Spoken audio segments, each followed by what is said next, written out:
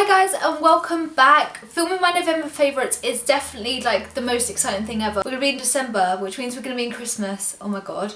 Let's just take a minute for that to sink in. I'm so excited. I'm literally so excited for this Christmas, so badly.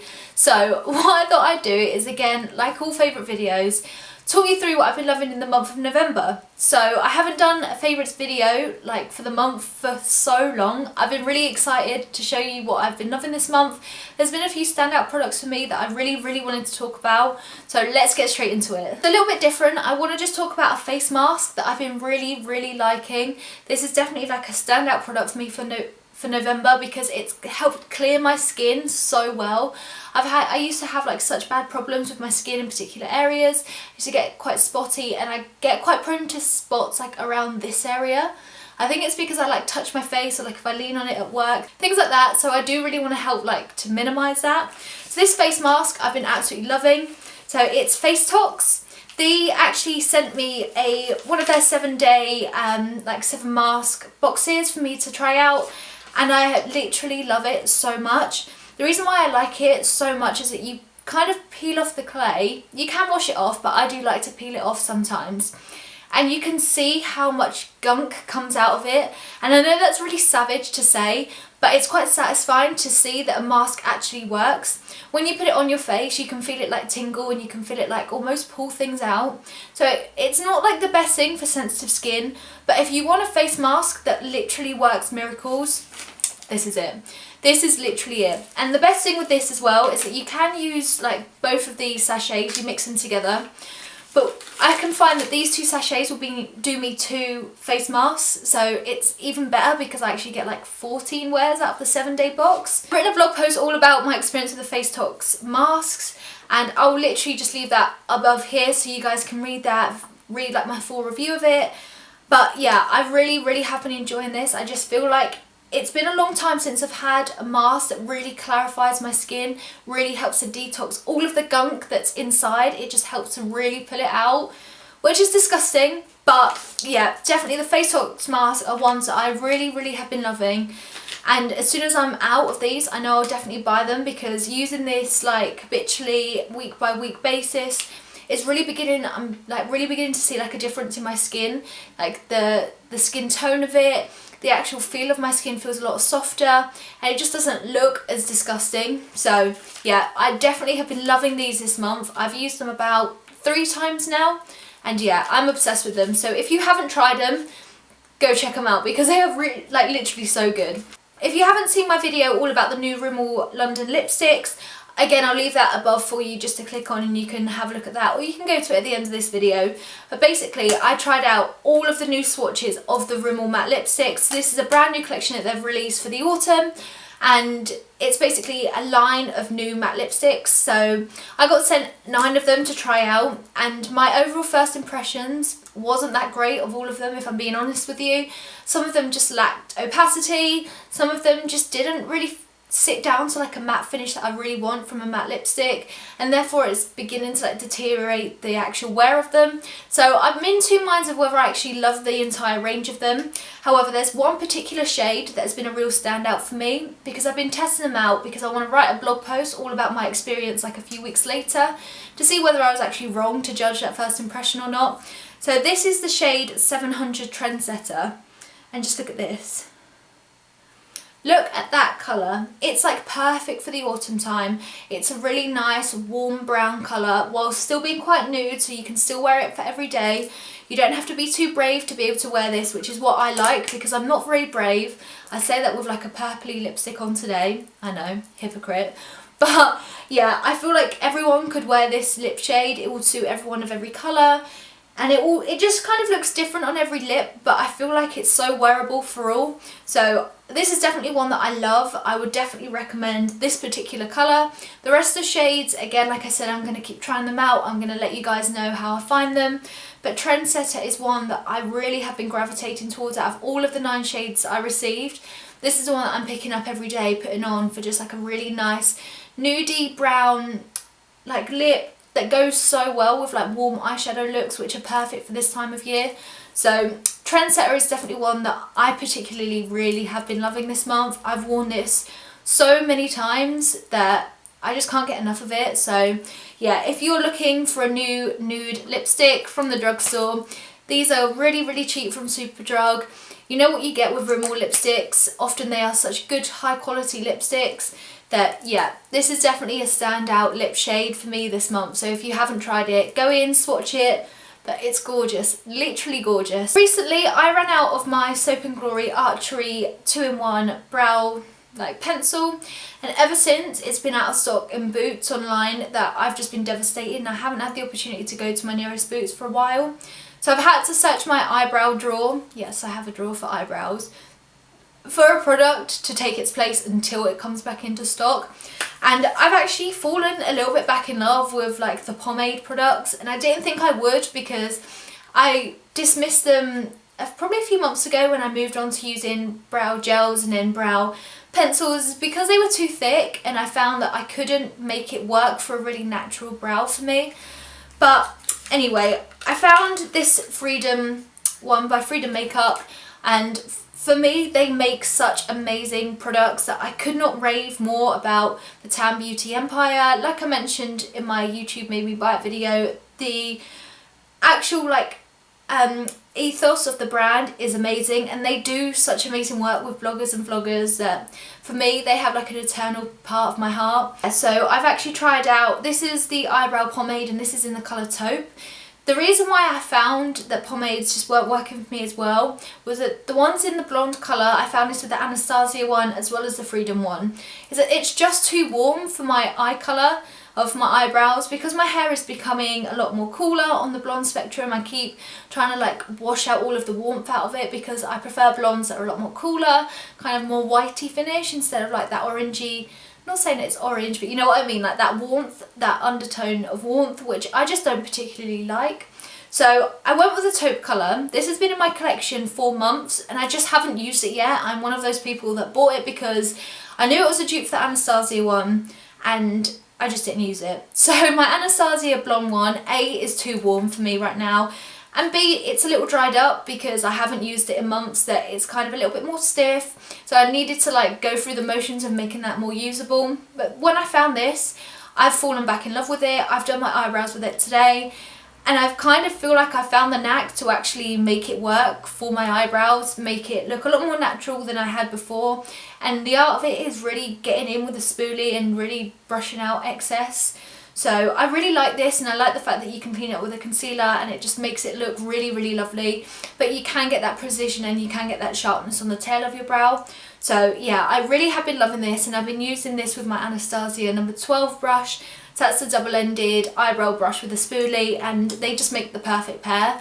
So if you're looking for like an Anastasia dupe, the ones from Freedom Makeup are like £5, I think they are, whereas the Anastasia ones are like 15, so that's a huge difference. And honestly, for me, the Freedom ones do actually work a lot better.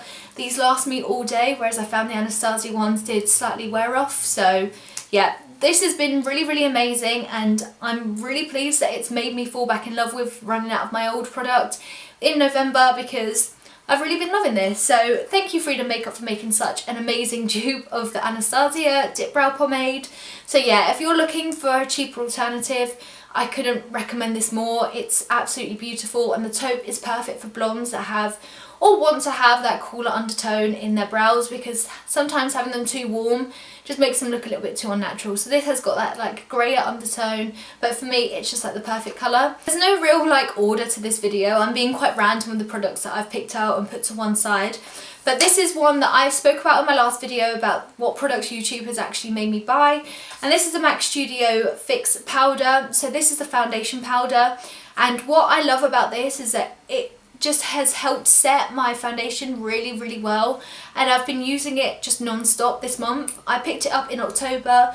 And I picked it up and I put it in my drawer, and I found that I didn't actually use it all that much. Now I'm going to this on an almost daily basis to help set my foundation and just to add that like a little bit more of a matte effect whilst adding like a little bit of coverage to the areas that I want it. I just think in like the autumn and winter, matte skin is just so beautiful. I just always go to it. In the summer I go for a more dewy finish. but this helps to mattify any product that I'm wearing whilst adding that extra coverage that I feel like I do need sometimes in the skin. When the air is a lot drier, my skin does react quite negatively. This is one of those products that has been hyped a lot by YouTube, but I absolutely love it. I'm really pleased that I took the time to actually invest in it and try it out.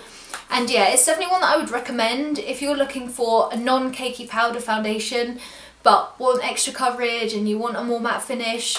This is literally perfect. So definitely recommend this one. Try it out for yourself. I got it in the shade NC20 because I feel like that's matching my skin a lot better now. Now this might be a bit of a random addition to my favourites video, but this is a product that I could not live without even if I tried. It's the Batiste dry shampoo.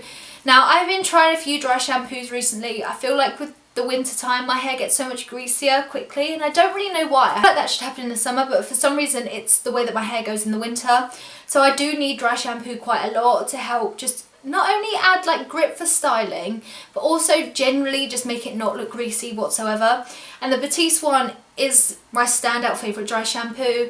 I've been using different ones like I said, but I've gone back to this one in the month of November and I've already stocked up loads of them because it is my favourite. It's made me realise that it's my favourite dry shampoo, and that any that I've tried recently haven't quite matched up to how well and how efficient this works. I am trying to make sure that I only wash my hair every 3 days if I can, because I find that the less I wash it, the less greasy it gets.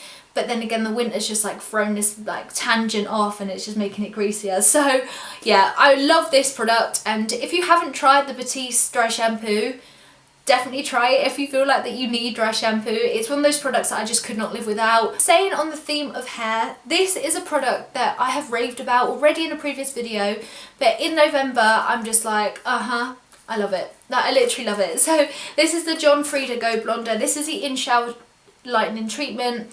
Now what I like about this is that it does exactly what you think it will do. I put this on my hair, and I mentioned a couple of weeks ago that the hair that I had done recently from a hairdresser was just a little bit too dark for me. I did want it a little bit blonder, and this basically helps to lift the shades of my hair. It helps like to remove the warmth, and it just generally makes it blonder without having to add bleach directly to your hair, which is something that I'm trying to avoid because I want my hair to grow and I want it to become thicker, and bleaching it totally neglects all of those things. So yeah, this is a product that I've been really loving, and especially recently I've really wanted to dye my hair like white blonde again. I feel like I'm not myself without the lightest blonde hair possible, hence the name of my YouTube channel and my blog. But I feel like this is a good alternative that helps me not only maintain healthier hair, but it means I can get it blonder without just killing it and making it fall out again. So yeah, this is one that I would definitely recommend if you're looking to go a little bit blonder but you don't want to commit to totally dyeing your hair. This is a really great way to permanently dye it without actually adding bleach, which is the killer for your hair. So yeah, I love it. I love how easy it is to use. I just put this on my hair before I do shampoo. I put this on my hair. I leave it for around 15 minutes and then I wash it out and continue with shampoo and conditioner. You can do this in the bath and the shower. It's just so easy, and it makes such an easy job of actually lightening your hair. For my eyes, I feel like autumn really makes the emphasis on eyeshadow and generally the way that your eyes look. It gives you the opportunity to be a lot more dramatic whilst still maintaining like what you're used to. So for me, I'm a nudie kind of warm toned kind of girl. It's just my go-to no matter what time of year we are. So for me, a product that I have used literally every single day of November is the Too Faced Chocolate Bar Palette. I have spoken about this before because it's one of those products that, again, YouTube has kind of like really made me want to try it out because I've seen so many videos of people using this and achieving such a gorgeous eye look that I thought it's time for me to try it. So this is actually my one here. And as you can tell, there's a bit of a recurring theme with the shadows that I use. My favourite ones in particular are Salted Caramel, which is this more orangey toned brown. I often put that as like the transition shade. I'll then put Semi-Sweet into the outer V, and then I'll quite often fill the lid with Creme Brulee, which looks like it's had a bit of a beating. You can tell that I use that one quite a lot. This just for me is like a perfect autumn palette, but then again you get a lot of colours that you can take throughout the year, so you do have a few like red tones that are perfect for the summer. You have got quite a few shimmery shades, but you've got enough mattes to play with. So no matter what you actually want to achieve, I feel like this palette is so versatile that you can actually get those looks with it, and you don't need to carry around loads of different colours or different palettes. I feel like this for me just has exactly what I want for autumn and winter, just together in one. Sticking with the theme of eyes, there's just one more product that I've literally loved wearing on my eyes throughout November. And again, it's one of those things that I don't realise that I'm using a product as often as I am until I'm like, oh wait, like why haven't I used that product or that product? And it's because I've just been using this one. This is a mascara, and this is the Max Factor Clumpify Extensions Full Lash Effect. Huge name again, and again I've probably spoken about this one before, but what I've been doing quite a lot in November is that I've been ditching the eyeliner. I can't believe it, I know. I normally wear eyeliner like every single day of my life since I was like 13, I just have, but for some reason in November I've been ditching it a little bit. I've been focusing more on eyeshadow looks, I've been curling my eyelashes, and then I've been using this mascara. And this mascara literally makes it look like I do have false lashes on, but a really natural set. So it extends the length, it makes them look fuller, but with the combination of actually curling my lashes as well, it helps to lift them up. So it opens up my eyes and it just makes my eyes appear wider. And I've tried it with other mascaras, like in the beginning of November I tried it with like the Benefit They're Real. I just found that that was too heavy and it just took the curler out of my eyelashes. But this is light enough to help maintain that throughout the day, and then to take it out it's really easy because it's not actually too thick or it's not too clumpy. So yeah, this has just been like my go-to mascara for the whole of November. I've only got 2 more products to talk about, one of which probably won't come new if you did watch my previous video and now you're onto this one. It's the Bourjois 123 Perfect CC Cream. Now this is a product that I bought in the summer, and I bought initially to kind of have just like a light base on my foundation. I didn't want anything too thick, and since then I've become obsessed with the way that that actually makes my skin look. It doesn't make it look too like thick, it just looks so natural. So I bought a second tube. The first tube I had ran out beginning of November, and I went straight away to buy another one because I was like, I can't live without it. I went straight to my local Superdrug and I just bought it. I didn't even question it. I have a drawer full of different foundations, but for me, I knew not having this one would just cause such a negative effect. What I really like about this is that it does help to just completely cover and correct my skin tone. I can get quite red quite often and quite quickly when I first wake up as well. It's something that I do become quite conscious of, and I feel like with this, even though it does it in such a light way, it just perfects the look of my skin. It literally calms down the redness and it gives me a really nice looking finish. It's not completely matte, but it's not too dewy, so it's that perfect in between. And I absolutely love it, and I didn't think I would this far into the year. I thought that it would be my go-to for the summer because I normally like thinner foundations in the summer, but come winter I normally prefer like thicker medium to full foundations just because it achieves that full matte finish. But this combined with the Studio Fix powder that I just spoke about just makes my skin look really beautiful and just matte, and yeah, it's definitely like my favourite combination at the moment, this and the powder. Now last but not least, I want to talk about a new concealer that I've added to my collection. Now going along the Bourjois line, this is the Bourjois Healthy Mix. This is a concealer.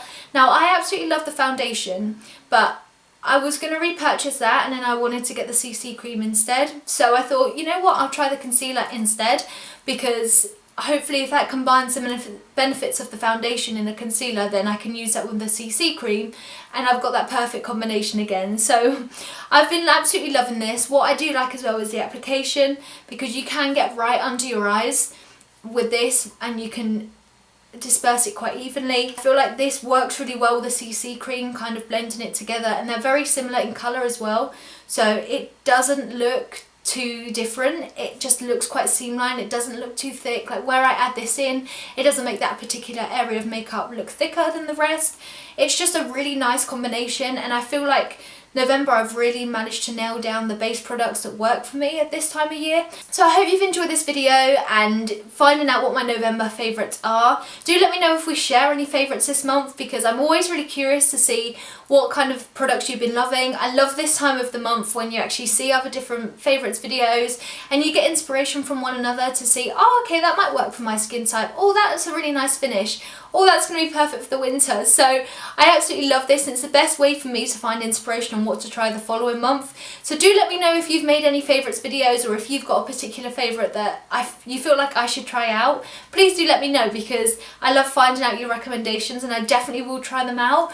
So thank you so much for watching, and I'll see you guys next week for another video. Bye guys!